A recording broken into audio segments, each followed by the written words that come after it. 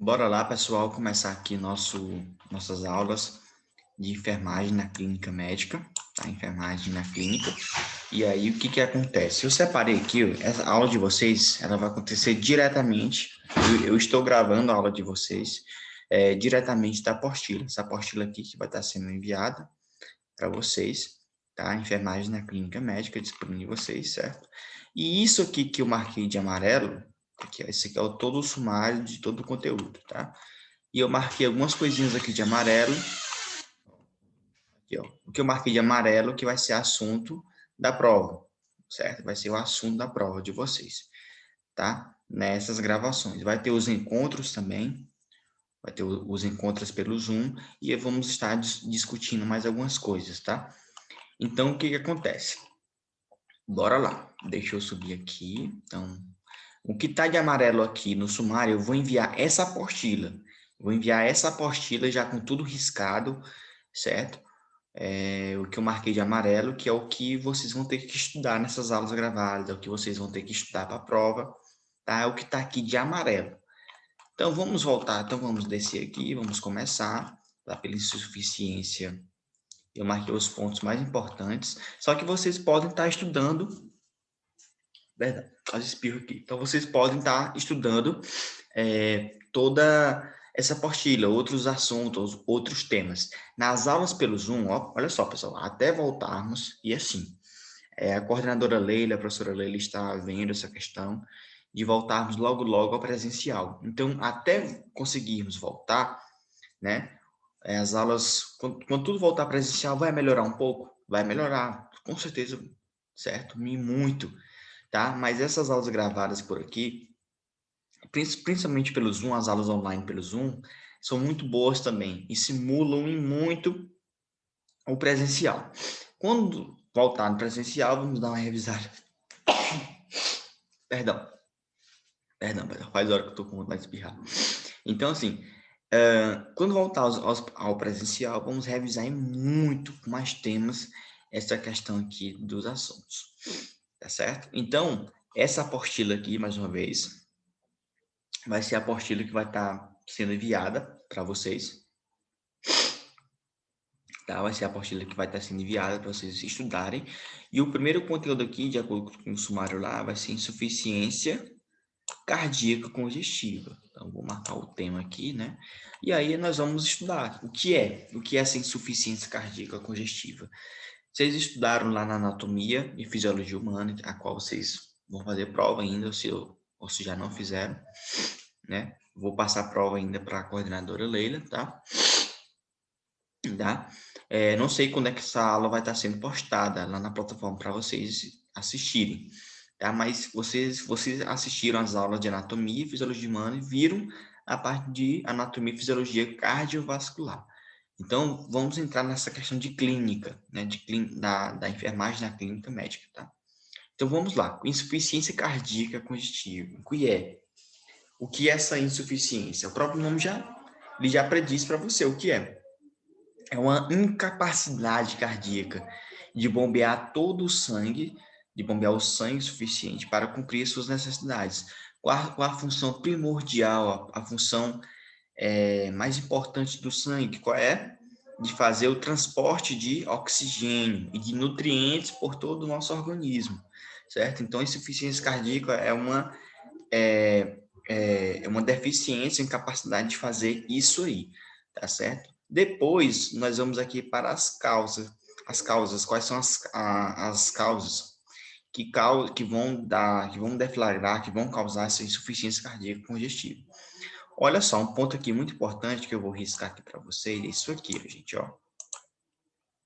A insuficiência, a maior incidência da insuficiência cardíaca congestiva na população aumenta com a idade. Então, a idade é um fator de risco da insuficiência cardíaca congestiva, certo? Aí tem essa estatísticazinha, 1 para 1.000 pacientes ano, antes dos 45 anos e 30 para 1.000 depois dos 85 anos. Então, vejam só, a idade é um fator de risco para insuficiência cardíaca congestiva. Professor, quais são as causas? IAM, essa IAM é infarto agudo do miocárdio. Então, essa siglazinha aqui, IAM, é infarto agudo do miocárdio, tá bom? Isquemia intermitente ou persistente. Professor, o que é isquemia? Certo? O que é isquemia? O que é isquemia? Para os alunos, eu acredito que vocês já me conheçam, tá? Vou descer aqui. Eu acredito que vocês já me conheçam, tá? Já me apresentei, tudo. Fui o professor de vocês de anatomia e fisiologia humana. Seria o professor de vocês das demais disciplinas, certo? Vamos estar debatendo muito no decorrer do curso de vocês. E, mais uma vez, voltando, vai ser um prazer imenso, né? Quando voltarmos aos encontros presenciais, eu estar junto com vocês. Claro que não da mesma forma, e com aquele abraço. Eu amo ser, eu gosto muito de ser um professor amigo, tá? Mas por conta dessa pandemia, a gente, mesmo no presencial, a gente tem que ter, né, um ponderamento. E voltando para cá, isquemia. Professor, o que é isquemia? Isquemia é quando não está tendo aquele oxigênio, aquela oxigenação no vaso sanguíneo. Então, isquemia é a falta de oxigenação no vaso.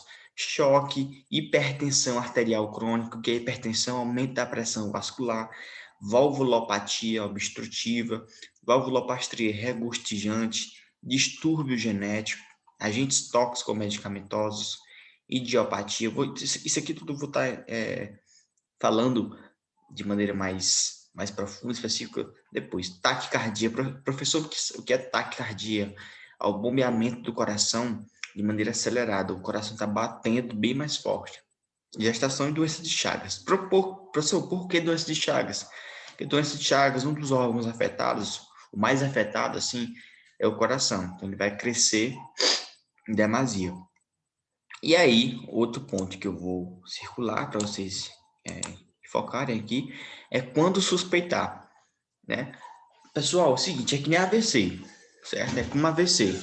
AVC tem uns sintomas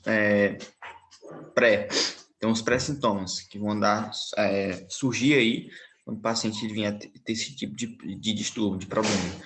Então, aqui no infarto, na insuficiência cardíaca congestiva, tem esses pré-sintomas, que são esses aqui, ó.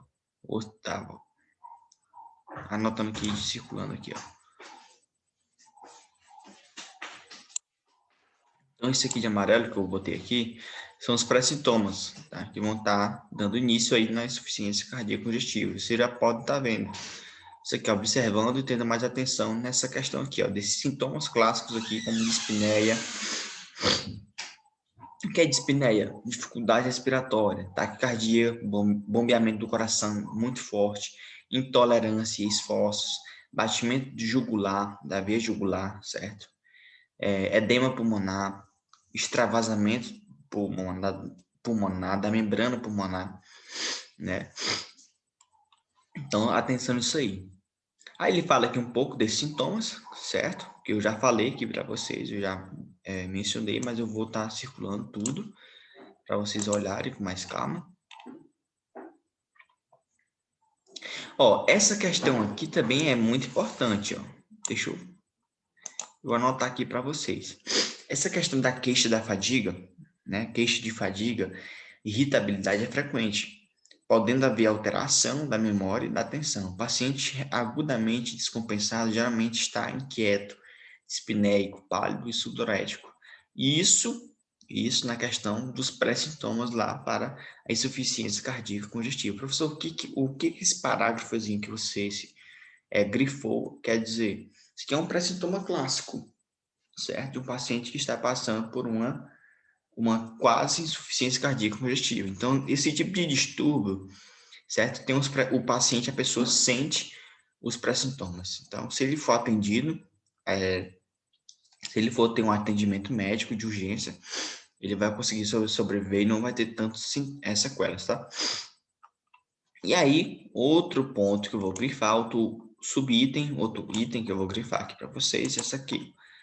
Deixa eu só grifar melhor aqui para vocês. Então, assim, ó, essa parte aqui de como confirmar, né? O que é isso aqui? O diagnóstico, pessoal, o diagnóstico ele pode ser feito de duas formas. O diagnóstico clínico, ó, o diagnóstico clínico é feito por vocês, pelo enfermeiro, pelo médico, certo? E o diagnóstico laboratorial. O médico vai passar para o biomédico, Por exemplo, já fiz diversas vezes, o médico pede para eu estar fazendo exames laboratoriais como o hemograma e enzimas cardíacas, para ele estar avaliando essa questão aí desse risco do paciente ter um infarto agudo do miocárdio, uma insuficiência cardíaca congestiva. Então, tudo isso é feito dessa forma. Então, a confirmação diagnóstico ele é feito de duas formas. O diagnóstico clínico, o clínico é mais vocês da clínica, profissionais. Eu sou profissional laboratorial. Vocês são mais da clínica, certo? E aí, o que acontece?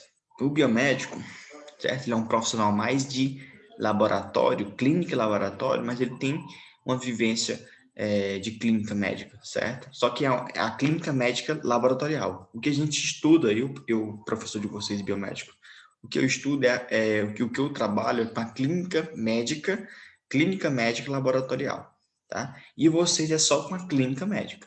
Então, enfocando mais para a profissão de vocês, a área de vocês, o que acontece? O diagnóstico, como eu já disse, ele é feito de duas formas. O diagnóstico clínico, né? E o laboratorial. O laboratorial é o hemograma, um exame comumente, o exame mais comum que os médicos passam aí. Certo? Então, quem tem insuficiência congestiva vai ter alterações lá no hemograma. Os exames clínicos que eu passei para vocês, de diagnóstico clínico, é feito pelo ecocardiografia, certo? A ecocardiografia, que é o exame isolado mais útil, pois permite detectar o local da lesão. Vou estar grifando tudo isso aqui para vocês estudarem bem, tá? Então, vamos lá.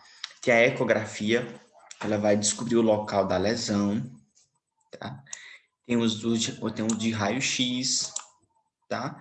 Raio-x de tórax, né? Que é a cardiomegalia. O coração, ele vai estar avaliando o tamanho do coração, a cardiomegalia. E ocorre em quase todos os casos, é um forte indicador da doença, da insuficiência cardíaca congestiva. O hemograma, que eu já disse que quem tem vai ter alterações lá no hemograma. O eletrocardiograma, que vai avaliar o bombeamento, né? A movimentação do coração, arritmias. Tem um teste de esforço que não é indicado, mas ele pode ser feito para complementação do diagnóstico e exame de acompanhamento e de controle, que é muito feito por vocês, pelos técnicos, tá? De enfermagem, tá bom?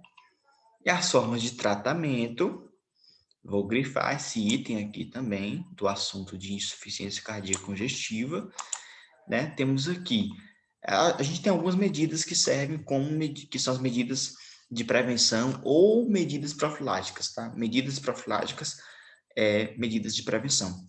Para insuficiência cardíaca congestiva, que é o quê? Promover controle, vou grifar aqui. Então, promover controle rigoroso das doenças associadas, hipertensão, tem que ter um controle de hipertensão, que pode ser um fator para o desenvolvimento da insuficiência cardíaca congestiva, parar o fumo, certo? Tem que parar de fumar, tentar definir a causa básica, tratamento farmacológico, né? Restrição hídrica. Então, vamos aqui. Vamos dar continuidade. O outro tema aqui, pessoal, é o seguinte, o outro tema é essa hipertensão arterial sistêmica. Ela pode ser também chamada disso aqui, ó, gente. Eu vou anotar aqui para vocês, ó. Não deu para riscar, mas tá aqui a sigla dela. AHAS, certo? Muitas vezes eu não tinha visto isso aí, pessoal. Então, voltando. Essa sigla aí, muitas vezes o médico, o enfermeiro passa para vocês, passa lá na requisição do paciente, do exame do paciente, só AS, né? Ele é chamado de AS. Então, essa sigla aqui, HAS, é chamada de hipertensão arterial sistêmica, tá? Então, o que ela é? O que essa doença cardíaca vascular é?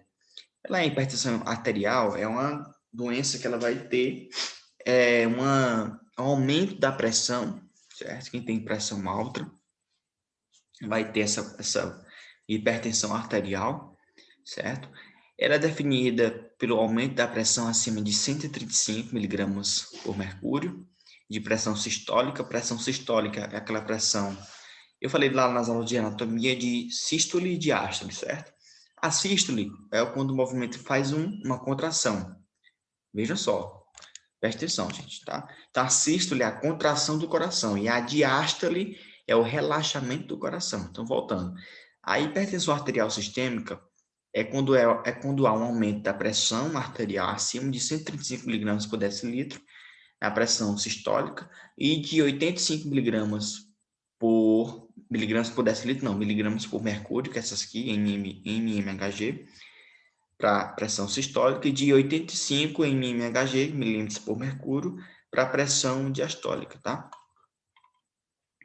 E as causas aqui, vou grifar aqui para vocês, tá? Cadê aqui? Vou grifar aqui para vocês.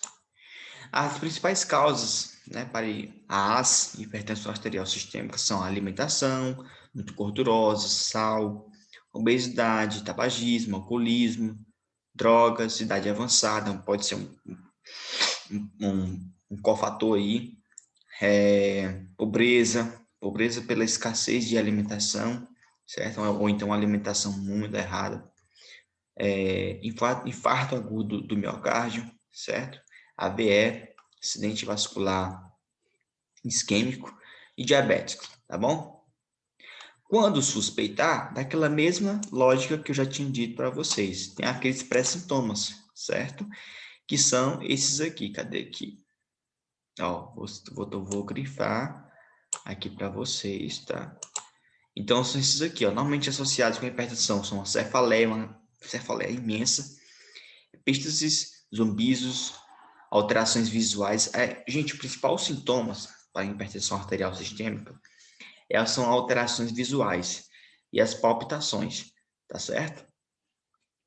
Como confirmar? Vou grifar aqui para vocês também. O diagnóstico é basicamente estabelecido pelo encontro dos níveis tensionais permanentes elevados acima do limite da normalidade da pressão arterial, então é feita uma aferição da pressão, e quando ela está muito acima, é feito o diagnóstico junto com o exame clínico que o médico faz, tá? Outro exame feito é esse daqui, que eu vou estar grifando aqui para vocês, tá? Só um instante. Esse aqui é o esfigmomômetro. O que ele vai fazer, pessoal? É o aparelho ideal para essas medidas, né, de pressão arterial. Entretanto, ele deve ser periodicamente testado e calibrado, porque ele pode ter um erro, certo? O paciente deve ficar sentado em ambiente calmo, com temperatura agradável, não deve estar com bexiga cheia, certo? Porque pode ter um aumento lá na pressão sanguínea, tá? Agora, na questão aqui, ó, aí tem isso aqui tudo, que eu vou estar enfocando mais na aula pelo Zoom. Bem interessante, mas dê uma olhada, pessoal. E o tratamento da hipertensão arterial sistêmica é esse aqui. Dieta saudável, redução ao sal, certo? Parar de fumar, atividade física. Atividade física é muito importante, tá? E a questão do álcool, né?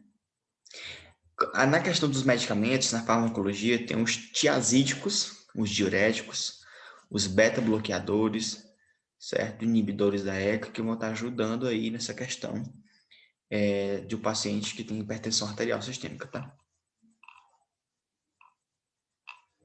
Agora eu vou parar aqui essa aula e nós vamos iniciar a outra, tá? A segunda aula. Essa aqui é a primeira aula, tá?